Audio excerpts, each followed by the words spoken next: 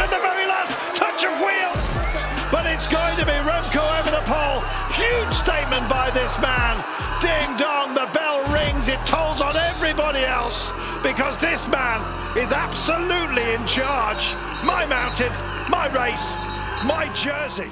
Après un Tour de France des plus rapides de l'histoire, un championnat du monde hyper exigeant. Là maintenant, c'est la Vuelta qui arrive dès ce samedi. C'est clair. Et du coup, on va voir ensemble les favoris, les équipes et le parcours. C'est parti! Pour commencer, rassurez-vous, pour suivre toutes les étapes en intégralité de la Vuelta, vous pouvez regarder tout ça sur GCN+, l'application. Grâce à Eurosport, on a toutes les images. Vous ne raterez rien de la course. L'an dernier, on s'en rappelle, c'est la victoire de Remco Evenepoel, la star montante de la Quick Step, qui a animé toute la course devant Enric Mas et Juan Ayuso. Ça mettait fin ainsi à la suprématie de Primož Roglič qui avait gagné les 3 années précédentes. C'est clair. Je rebondis sur un truc. Star montante, t'es gentil avec Remco quand même. C'est une rockstar maintenant. Ah, c'est plus une star montante. Hein. L'avenir. C'est clair.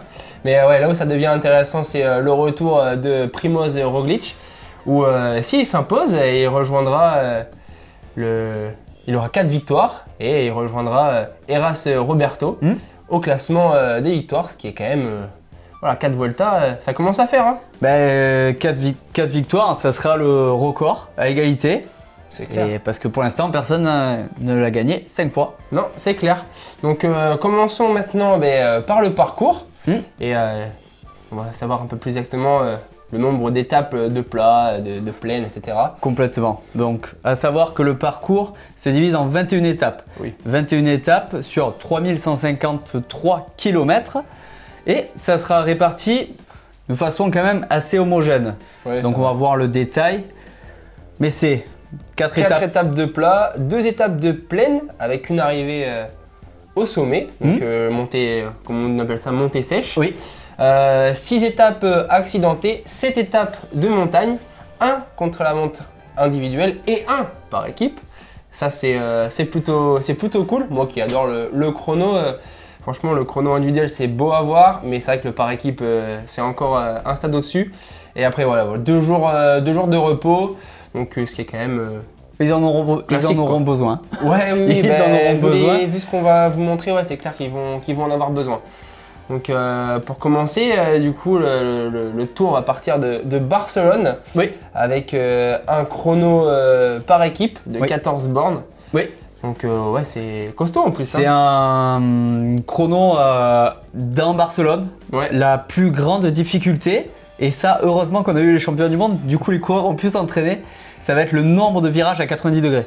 Ah oui. Donc en fait, on peut voir sur la carte, c'est un parcours de centre-ville. Donc c'est là où ça va être vraiment compliqué au niveau de cette étape. Mais par contre, au niveau spectacle dans les rues de Barcelone, ouais, c'est clair, on va se régaler. Ça va rouler vite. On passe à l'étape 2. C'est clair. Étape 2 qui est déjà bien accidentée au final, qui est longue de 180 km et des poussières. Mais ouais, ça va être. Il y a déjà un col de deuxième catégorie. Et en plus, départ en bosse avec un col de troisième catégorie. Ouais, c'est franchement. À retenir dans cette étape, ça va être surtout la montée de Castel de Montjuïc. Je dois m'excuser pour notre accent espagnol sur cette vidéo. On risque de massacrer beaucoup de noms. Mais globalement, cette montée de troisième catégorie, c'est 4 km à 4 km de l'arrivée et ça va puncher énormément parce que ça va être rempli de spectacles. Donc ça, c'est dès l'étape 2. C'est clair, donc déjà on en fera un premier point au général après cette étape. Je pense pas que ça va rester calme. Ouais, il y a des mecs qui voudront déjà jouer le général et pourquoi pas essayer de porter le maillot rouge mais de suite. C'est ça. Bon, ça sera pour un puncher avec les passages à 13%. Oui, c'est clair. On enchaîne sur l'étape 3. Ouais, avec sur l'étape 3, on a une étape avec un profil en montée. C'est vraiment que de la montée. Il y a vraiment que de la montée. Il y a une seule descente qui est à 20 km de l'arrivée après le col d'Ordino. Mais par contre, ça va être très agressif parce que le profil va être très usant pour tous les coureurs. Et vraiment pour arriver à Arinsal d'Andorra, c'est 8 km à 7,7 de moyenne, mais des passages à plus de 13%. Ça sera sûrement pour les grimpeurs ou voire même pour le classement général, mais dès la 3e étape, ça lancerait quand même la Vuelta sur un très gros rythme. C'est pas que ça lancerait, ça sera déjà lancé et ça va finir à lancer. Ouais. C'est clair que ça sera déjà bien entamé, il y aura déjà je pense des beaux écarts au général. L'étape 4, là, c'est un profil descendant. Ils ont monté la veille, il faut bien qu'ils descendent le lendemain. C'est ça, ils partent de 800 mètres d'altitude, ils finissent à 200 mètres, sachant que les 35 derniers kilomètres sont en descente. C'est ça. Non. Mais il y a quand même deux petits cols, deux beaux petits cols de 3e catégorie à passer. Donc sur l'élan. Sur l'élan, si ça se bataille, pas certain que ça finisse au sprint. C'est compliqué. Il faut voir comment ça se bataille dans les. C'est quand même 2 cols de 3e catégorie enchaînés. Donc ça va faire mal et pas certain que tous les sprinters passent. Oui, c'est ça. C'est surtout ça. L'interrogation, c'est est-ce que les sprinters vont passer. Bon, normalement, ils seront quand même assez frais, même si l'étape de la veille va laisser des traces. Ouais, c'est clair. Donc ça va être très intéressant. L'étape 5, on est sur une étape à profil descendant. Donc avec un col de 2e catégorie quand même. Le Colado de la Lioba. Yeah. LB. Et si les sprinters passent, encore une fois, ils ont une opportunité parce que encore 35 km de descente. Ouais, c'est clair. Après, même quasiment 55 km de descente avec la petite bosse à passer à 30 km de l'arrivée. Ouais, mais il y a quand même une bosse avant qui est col de 2e KT. Donc pareil, si ça se bat pour des... Ouais. La Vuelta est quand même assez fermée pour les sprinters, l'air de rien. Hein. C'est pas facile. Ça devrait passer, Oui, c'est clair. Étape 6 donc. Étape 6, là on rentre dans le vif du sujet. Ouais, là c'est clair que ça va faire mal. Ça fait déjà 5 étapes qui sont parties. On a déjà eu 2 étapes profil descendant, mais une grosse étape de montagne. Étape 6, c'est 183 km avec le Pico del Buitre. Et là, au niveau des pourcentages, l'arrivée se fera au sommet. Au niveau des pourcentages, c'est énormément de gros pourcentages. Ouais, les 5 dernières bornes sont à plus de 12%, donc ça va cogner. Et encore une fois, un départ en bosse, hein, les Espagnols adorent faire ça.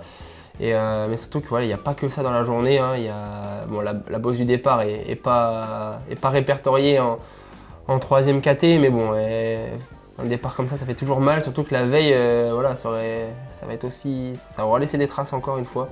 Donc compliqué. On peut voir que la seule descente sera entre le kilomètre 48 et 60 en fait. C'est clair. Et sinon tout le reste de l'étape ça fera que monter. C'est clair. Étape 7 ensuite avec Étape 7. Un peu plus... Non mais là celle-ci elle est pour les sprinters. Journée de repos. Tu ne peux pas dire le contraire. Enfin une vraie journée pour les sprinters au bout d'une semaine. Donc étape 7 avec un...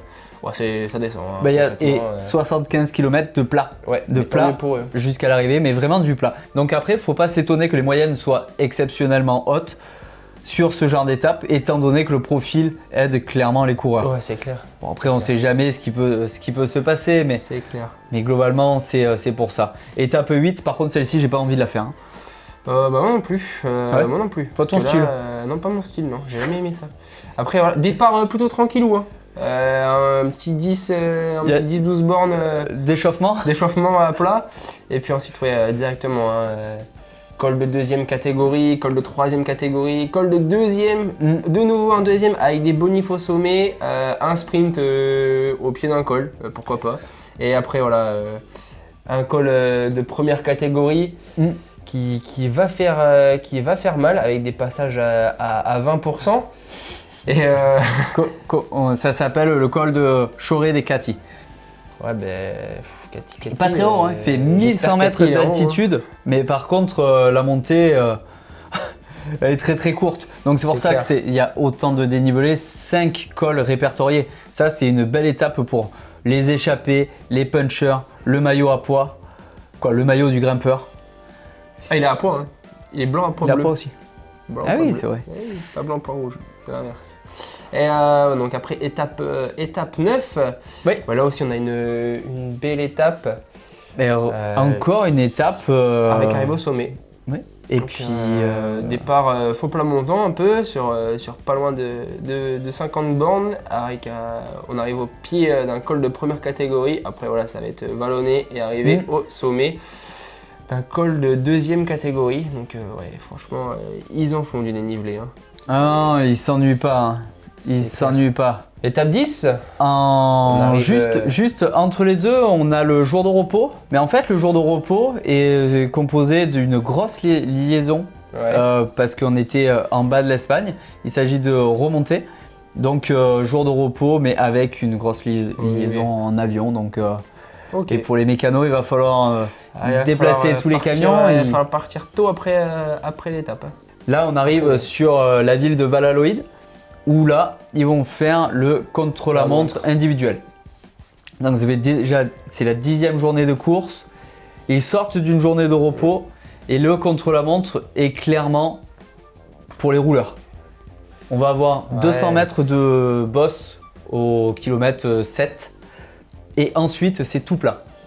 Ouais. Donc là, C'est tout plat sur 25,8 km. Après, voilà, on sait qu'il y aura des favoris, des rouleurs qui vont gagner le chrono. Mais on sait aussi très bien que ce sera probablement un mec du général qui va s'imposer. Bon, typiquement, Evenepoel, c'est clairement son style. c'est Lui- clairement son style. Bon, il est champion du monde de la discipline.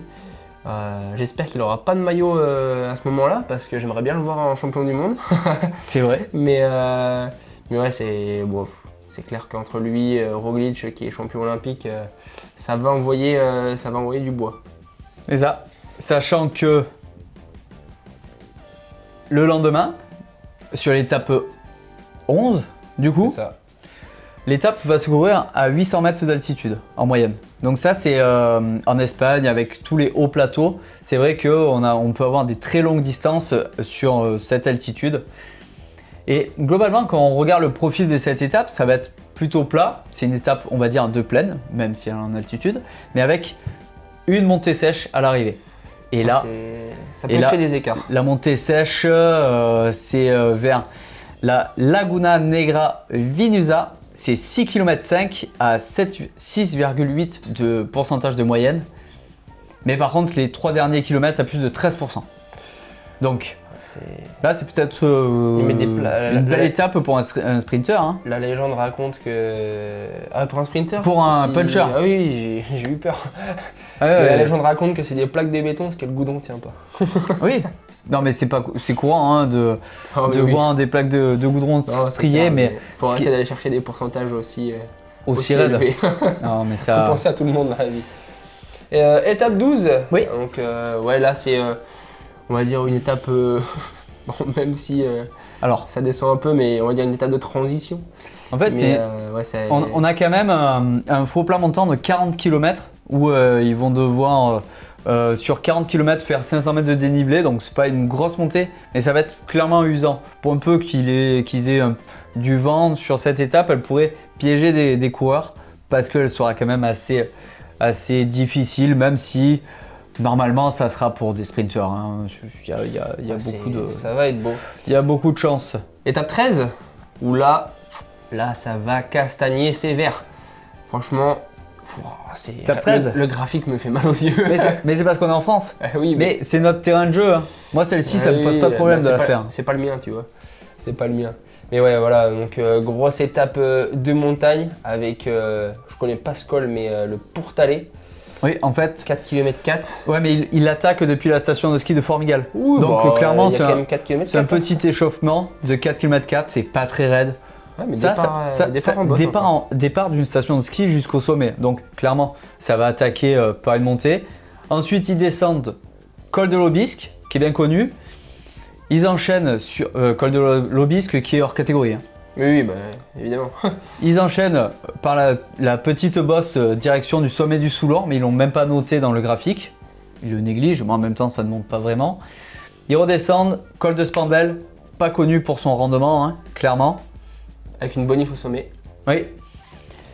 Ils redescendent et là, ils passent Pierrefitte, les Gorges, Luz Saint-Sauveur, la montée du Tourmalet, celle qui avait vu la victoire de Thibaut Pinot, Ouais, c'est. le jour où il était grand. Ouais. Bah, franchement, ça va faire mal aux pattes. Hein. Bon courage. Hein. C'est beaucoup de très longues montées. Bah, finalement, sur cette étape, on a moins de pourcentage très raide. Bon, la montée de l'Aubisque est quand même raide. Ouais, mais c'est quand même l'une des étapes où il y a le plus de D+. Hein. Franchement. Oui, oui, parce que ce sont des longues montées qui vont clairement créer de forts écarts. Bah, on l'espère. Hein. J'espère que ça va être une grosse bataille. Mais ouais, ça va être. Il risque d'avoir des gros écarts. Surtout que le lendemain, on part de Sauveterre de Berne, direction l'Espagne et Lara et le Puerto de Bélaga. Donc encore une arrivée en montée, encore beaucoup de dénivelé, encore un profil montant. Avec 2 cols hors catégorie encore dans la journée. Et un troisième, l'arrivée qui est en première catégorie. Ouais. Donc là, clairement, ça va castagner et on est encore sur de la pente très très raide. Ouais, c'est clair. Franchement, c'est abusé. Hein. Enfin... Bah déjà, la montée de Port de l'Aro n'est clairement pas facile. Non, c'est sûr. On part de Sauveterre de Béarn. Pour ça, on passe sur des montées qui sont moins connues, mais on passe à la Ourcère aussi, qui est la montagne de la Pierre Saint-Martin. Donc ça, c'est des montées qui sont très raides. Globalement, c'est beaucoup plus raide que la veille et ça va faire beaucoup plus de dégâts, je pense, parce qu'au plus c'est raide, au plus on a d'écart.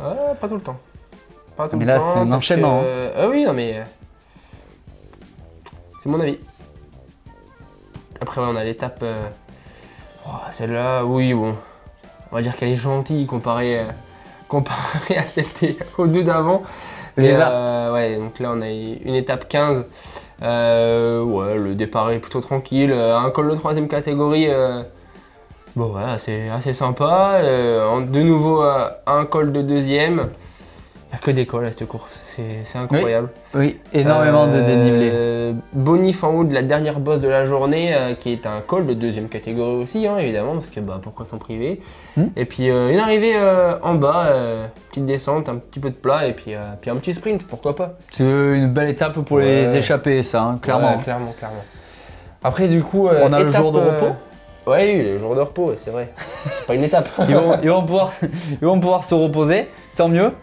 Tant mieux parce que clairement, hein, en préparant l'émission, j'étais déjà fatigué. Les pauvres. Étape 16. Étape 16. Ouais, voilà, c'est gentil. Là, c'est gentil. Ça va être pas mal. Déjà, ils étaient en jour de repos à Santander, qui est vraiment une ville sympathique. Hein. Ils vont se régaler. Attention pour eux de ne pas être pris dans la festivité espagnole, on va dire. Faut pas en abuser. Il y a pas mal de spots de surf aussi du côté Santander. Et le lendemain, pour l'étape 16, on part de Liancres, direction Béges. Donc, c'est une étape simple, sur les 115 premiers kilomètres. Oui. Et puis en plus, après, il y a un mur. C'est comme, le but est de foncer dans le mur. Le mur, c'est le mur de Béges. Et là... Ouais, c'est clair. 4,8 km à 8,8, donc presque 9% de moyenne, avec des passages à 15%. Vous pouvez voir sur le graphique, passage à 15%, mais des passages à 20% aussi. Hein. Oui. Clairement, ça cogne. Je ne sais pas quelle transmission ils vont pouvoir prendre pour des montées comme ça. Bon, mais des VTT ou de gravel. Hein. Ils vont mettre du 44 ou du 50 à l'arrière. Il n'y a pas le choix. À l'arrière, hein, pas à l'avant. Ah non, pas à l'avant, c'est beaucoup trop gros. Étape 17. Étape 17, bah, c'est pas une étape facile non plus. Hein. Non, mais il n'y a rien de facile sur ce tour, c'est n'importe quoi. Pourquoi ? Parce que ils arrivent clairement dans le col de l'Angliru, qui est connu pour ses pentes absolument. Oui, ils étaient déjà passés il y a quelques temps. Mais ouais, non, franchement. D'ailleurs, il y a un beau reportage sur l'Angliru. Oui. Sur GCN+. Et ouais, rien que le reportage me donne pas envie d'y aller. Non mais j'ai énormément envie d'y aller moi. Je déteste quand c'est raide. Toi, je sais pas comment tu fais pour aimer ça, mais... J'aime pas spécialement, mais une montée comme l'Angliru, c'est tellement connu, il faut la faire une fois. Je suis d'accord avec toi. Tu l'as fait une fois, après c'est bon, tu l'as fait. Je suis d'accord avec toi. Mais ouais, voilà, donc arrivé au sommet de l'Angliru, qui, ouais, ça va être... c'est 20%, hein. C'est costaud. Hein. Franchement... J'ai mal aux yeux, je fais des conjonctivites. Ah non, à mais regarder les graphiques. il y a beaucoup trop de rouge et de noir hein, dans les montées. C'est clair. Bon, étape 18, le lendemain de l'Angliru. Oh bah là, on a encore 3 cols de première catégorie, Ouais, ils vont finir rincés de second un tour. col de 3e catégorie, un col de 2e catégorie. Donc clairement, hein, Ouais, ça va être une étape encore très très difficile. L'avantage Alors. c'est qu'ils ont plus de descente, on n'est pas sur un profil descendant, mais encore une arrivée au sommet, au Puerto de la Cruz de Linares. Ils montent 2 fois le Puerto de la Cruz de Linares et les 2 montées vont être très raides. Ouais, c'est clair. Clairement, l'enchaînement est très compliqué. Encore de quoi se faire mal aux jambes. Étape 19, bon, rien à dire, ça va arriver au sprint, hein, clairement. Ça, heureusement pour eux, en fin du mais plat. oui, en fin du plat, ouais. En fin du plat, mais à 800 mètres d'altitude, hein. Toute la course. Hein. Oui, bon, 800, ça va, c'est honnête. Ouais, mais l'avantage, c'est qu'ils auront peut-être un peu moins la tendance à avoir trop de chaleur, de canicule. Ouais, On, oui. on aura quand même bien avancé en septembre. C'est Je pense que la vague de chaleur sera partie. Ouais, hein. j'espère pour eux. Hein, J'espère parce que, pour eux aussi. Hein. Vu les Mais, étapes que c'est, ça va faire mal. Et- Donc, ouais, étape 19, clairement, ça arrive au sprint. Étape 20, ben pareil. Bon, en fait, les 3 dernières étapes, hein, concrètement. Étape 20, ouais, ça va être. C'est l'une des dernières étapes, donc. Ouais, clairement, Non, je m'étais trompé de graphique. Ah! Ah! Non, mais pas de sprint alors. J'ai vu le mauvais Non, mais graphique, désolé. c'est clairement, Mais, ouais, c'est clairement c'est- une classique. Ouais, ça va faire mal. Franchement, là, j'espère que ils vont laisser des baroudeurs aller devant et s'expliquer. Parce que voilà, si ça se bataille encore pour le général là-bas, ouais, ça va faire encore des gros écarts. C'est possible hein, que ça se bataille, hein, mais ouais. C'est une classique. Ils nous ont rajouté une classique juste avant l'arrivée. Clairement, le spectacle sera là. C'est clair. Étape 21, là Arrivé par contre, à Madrid, à Madrid, 101 km de plaisir. Ils pourront célébrer, le classement général sera fini. basta. Hein. Voilà. Donc clairement, ça se jouera au sprint et au Oui, champagne. oui, oui. Sprint, champagne, des beaux vélos rouges, des beaux vélos blancs à pois bleus. On va se régaler. Ah, le grand festival quoi. Moi, pour finir sur le parcours de cette Vuelta, ce qui m'a vraiment choqué en regardant tous les graphiques et tous les parcours, c'est vraiment la raideur des cols qu'ils vont avoir. C'est raide. Hein. Parce que ok, on en a qui sont dans le Pays Basque qu'on pouvait imaginer raide, mais là tout au long de la course, des 3 semaines de course, on va avoir de la montée très raide avec des passages au-delà de 12-13%. Ah non, ça me- Régulièrement, tous les 2 jours, on a une montée avec des passages à entre 10 et 15%. C'est clairement ça qui me fait très peur pour les coureurs. Et question favori aussi, ça peut énormément changer la donne par rapport à des parcours plus roulants comme les cols alpins où là des coureurs avec un peu plus de qualité de rouleur peuvent plus facilement S'accrocher, ouais. s'imposer. Ouais, c'est clair. Parce Et qu'au niveau... justement, on va parler des favoris, du moins des équipes déjà présentes, Oui. et du favori de chaque équipe et de leur leader. On va commencer avec Jumbo Visma, hein, Oui. qui, comme d'habitude, a une armada spectaculaire, avec de très beaux coureurs. Donc, voilà, on aura Roglic, premièrement, en leader. En co-leader, on aura donc Vingegaard, ouais, qui vient de gagner le Tour de France. Donc voilà, je pense que s'il y a un petit souci, ça va faire comme au Tour de France il y a 2 ans. Ça va être... On aura peut-être un petit changement en cours. ils vont- Ce que je pense pas, mais bon, pourquoi pas. On sait que des fois Jumbo ont des stratégies un peu cheloues. Donc après chez eux on a aussi Sepp Kuss hein, qui est là en tant que lieutenant, Oui, qui sait tout faire, ils ont vraiment une belle équipe. Hein. Franchement c'est l'une des Oui. plus belles équipes avec Wilco Kelderman, Dylan Van Baarle, Attila Valter, Robert Gesink et Jan Tratnik. Ouais, franchement, c'est une équipe de honnêtement, champions là. c'est l'équipe gagnante. Hein. On va pouvoir compter sur eux dès le premier jour avec le chrono C'est clair. par équipe. C'est clair. Après, on a du coup UAE Team Emirates avec Joao Almeida. Tu les connais? Ouais, notre maçon portugais. Donc ouais, voilà, qui est clairement l'un des leaders de l'équipe UAE. Mais on a aussi surtout Juan Ayuso, espagnol, qui a déjà terminé sur le podium en Il a fait 3e l'année dernière. Donc qui est très jeune, qui est très prometteur, qui a besoin encore de progresser à certains endroits, et surtout canaliser sa fougue. Mais voilà, on sait que c'est un super coureur, on va pouvoir compter sur lui. Et les deux réunis en montagne, Joao et Juan, vont être costauds ensemble, ça c'est clair.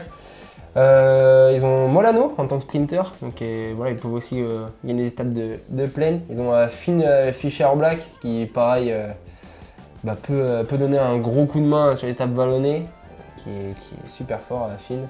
Et après on a Jay Vine qui a déjà gagné des étapes à la Vuelta et Marc Soler.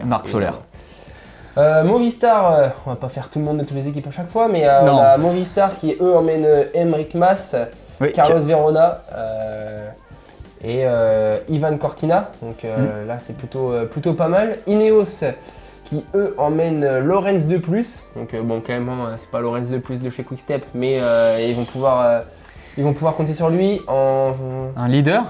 Ils ont Geraint Thomas évidemment et Bernal, même si on sait que voilà, il est toujours pas à 100%. Ce sera plus pour Geraint Thomas. Ouais, il peut donner son coup de main. Après voilà, on sait que ça sera un très bon équipier au cas où. Et mais il peut nous surprendre. Le chrono pour Filippo Ganna. Oui, voilà, exactement. Clairement. Hein. Bon, Quickstep, qui sont pas là pour vendre du muguet non plus. Avec Evenepoel, clairement, qui est le vainqueur sortant, qui a l'air d'être plus qu'en forme au vu de ses stats Strava en ce moment, de ce qu'il nous fait. Louis Vervac, qui est l'un de ses coéquipiers phares pour l'aider. On a Boggioli, le petit italien, qui lui est très fort en montagne. James Knox, pareil. Donc voilà, puis il y a Casper. L'équipe est pas mal. Hein. Casper Asgreen, Alain Pedersen. Pourquoi Casper Pedersen? Bon, je sais pas, il y a peut-être un erreur dans le Pro Cycling Stats. Mais voilà, donc il a une belle équipe aussi, même si c'est quand même pas jumbo. Mais voilà, c'est déjà pas mal. Astana emmène David De La Cruz en tant que leader. Et voilà, on a Luis Leandro Sanchez, mais bon, il commence plus à se pour faire les vieux, étapes chez Astana. Ouais, clairement. De La Cruz va essayer de jouer le général. C'était un coureur de général à l'époque, donc pourquoi pas. Chez DSM, on a Bardet qui est leader qui peut faire quelque chose, ça c'est clair. Mais on a surtout aussi son coéquipier Chris Hamilton, qui est costaud. Chez AG2R, voilà, on a Geoffrey Bouchard, clairement, qui peut faire quelque chose. On a Dorian Gondon qu'on a eu récemment en interview qui marche bien aussi, cette année. Qui est plutôt costaud aussi. Lotto Destiny, là c'est plus compliqué. Là on arrive dans des équipes un peu plus limitées, on va dire. Mais ils ont Sylvain Moniquet qui grimpe très bien. Bon, ils ont quand même Thomas de Rent qui. Il pourra se mettre devant. Il va se mettre devant, il va en échapper, c'est clair. On connaît ses talents de baroudeur. Total Energy qui eux sont clairement là pour plus des étapes, même si on a quand même Pierrot Latour et Steph Kras. Faut pas oublier qu'ils sont quand même Steph Kras, qui est quand même un sacré coureur et qui pourra donner son coup de main à Pierre Latour, et Paul Orsolin aussi qui marche quand même bien. Cara Rural en tant qu'équipe invitée, bon là concrètement chez Cara Rural on connaît pas grand monde, mais voilà, eux là, leur but quand on est équipe invitée sur les grands tours, c'est toujours d'aller dans les échappées, montrer le maillot et faire vivre la course. Des échappées, il y en aura. Ah oui, c'est clair. Parce qu'avec toutes les cotes. Mais c'est le rôle, du moins, quand on est équipe invitée. Bien sûr. C'est leur rôle, donc voilà, on les verra probablement tous les jours devant, j'espère tous les jours, ou si c'est trop dur, ce sera derrière. Bahrain Victorious avec Buitrago, qui est quand même pas mal. On a Caruso aussi, Damiano Caruso, qui peut faire quelque chose. Mais eux, ils ont aussi quand même Wout Poels et Mikel Landa, c'est clair, même s'il s'en va, voilà, c'est l'un de ses derniers grands tours avec Bahreïn, donc il est à domicile, donc évidemment qu'il souhaitera faire quelque chose. Intermarché Circus Wanty avec Rui Costa, Hugo Page qui va faire son premier grand tour, le français. Julio Johansen qui est sacrément fort aussi. Et on a Boy Van Poppel, mais bon voilà, il y a Rentara Mae aussi, mais c'est plus aussi une équipe qu'on va retrouver dans les échappées. Il n'y a pas de réel leader pour le général, même si Rui Costa, je pense qu'il essaiera de toujours faire un petit truc. Chez Jayco Alula, on a pas grand monde hein, pour le général. On a Eddie Dunbar, mais bon, qui est il peut être devant, mais bon, ça va être quand même compliqué. On n'a pas Simon Yates, c'est Non, dommage, je l'ai croisé en voiture, il était en Espagne la semaine dernière en train de rouler. Ouais, mais bon. En train de préparer la fin de saison avec peut-être le Lombardie ou autre. Chez Groupama, là par contre, on a Storer. Bon, même si c'est pas le Storer de chez DSM qui a remporté 2 ou 3 étapes à la Vuelta d'affilée. Et puis en plus il s'en va, donc voilà, c'est pas le Storer qu'on a connu chez DSM malheureusement. Par contre, on a des jeunes avec Romain Grégoire et Lenny Martinez. Ça risque d'être intéressant parce qu'en plus, ils sont très légers. Et pour les côtes raides, ça peut être pas mal. Ouais, et puis on sait que voilà, Romain est un chouïa moins fort sur ce genre d'épreuve comparé à Lenny. Mais voilà, on a Lenny qui est probablement la future star française hein, si tout se passe bien. Je pense pas qu'il restera chez Groupama longtemps. On verra bien. Non, je pense pas, honnêtement. Il y a des rumeurs qui courent que d'autres équipes, d'autres top pour le tour qui veulent l'acheter. Qui court ou qui roule? Les deux.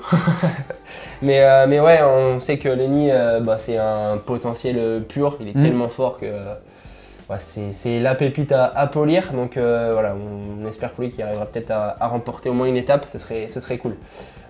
Chez Arkea, on a Kevin le Danois, Mathis Lebert, Hugo Hofstetter. Et voilà, on a aussi Elie Gesbert, mais on a surtout Kevin Vauquelin qui peut chercher une belle petite victoire d'étape aussi. Hein. Ça pourrait être cool. Lidl Trek, on a Julien Bernard, Kelly Ellison.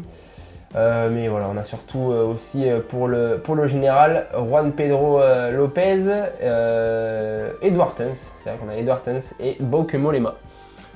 Belle équipe aussi. Oui, ils nous font toujours plaisir, mais c'est une grosse équipe, hein, Lidl, même si ils n'ont pas forcément de leader pour le général encore. Ils en ont pris quand même pour l'an prochain, donc voilà. C'est clair, toujours présent. Chez IF, on a Ucarty. Le grand Ucarty qui lui peut faire quelque chose de grand au niveau de sa taille. On a Julius Vandenberg et Martins Vandenberg. Martin qui est un super sprinter. Donc voilà, on a aussi Bisseger pour le chrono. Donc voilà, une équipe aussi qu'on verra sûrement à l'avant. Chez Cofidis, voilà, on a Roré Herrada, on a Rezo Serrada, on a Rémi Rocha, tiens aussi. Rémi Rocha, plutôt bon grimpeur qui s'en va, qui a signé chez FDJ, chez Groupama FDJ, mais voilà, on sait que Rémi est un très très bon grimpeur, donc voilà, on le verra sûrement plus aussi cette équipe pour des victoires d'étape et non pas pour le général. On sait qu'il y a aussi Brian Cocard, donc ça va être cool. Plutôt sprint. Etc. Et ensuite, voilà, on a la Bora avec Bourman et Lennart Kamna. Donc Lennart Kamna qui lui aussi essaiera de viser le général. Vlasov aussi qui peut ouais, quand même très bien rouler. On a Vlasov aussi. Donc ouais, une belle équipe. Après on a Burgos qui pour l'instant on a annoncé personne en tant qu'équipe invitée. Et on a Alpecin mais qui est incomplète. Oui. Donc on va pas aller là-dessus, mais voilà, on a 2 équipes incomplètes, le reste c'est plutôt beau, mais voilà. On retourne sur les favoris, Roglic, Vingegaard, Almeida, Ayuso, Evenepoel, Enric Mas, Thomas Gerrans. Donc ça va être pas mal. Je pense qu'on va s'attaquer samedi et c'est clair. On va avoir du boulot la semaine prochaine, nous. C'est clair. Franchement, ça va être beau.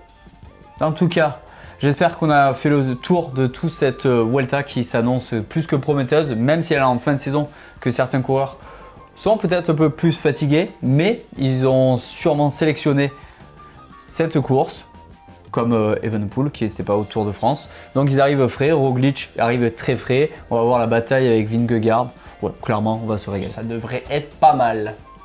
Voilà, bon dans tous les cas, on vous dit à très vite, bon tour et prévoyez des électrolytes dans les bidons parce que ça va faire mal. Il va faire chaud. Bye bye. Ciao.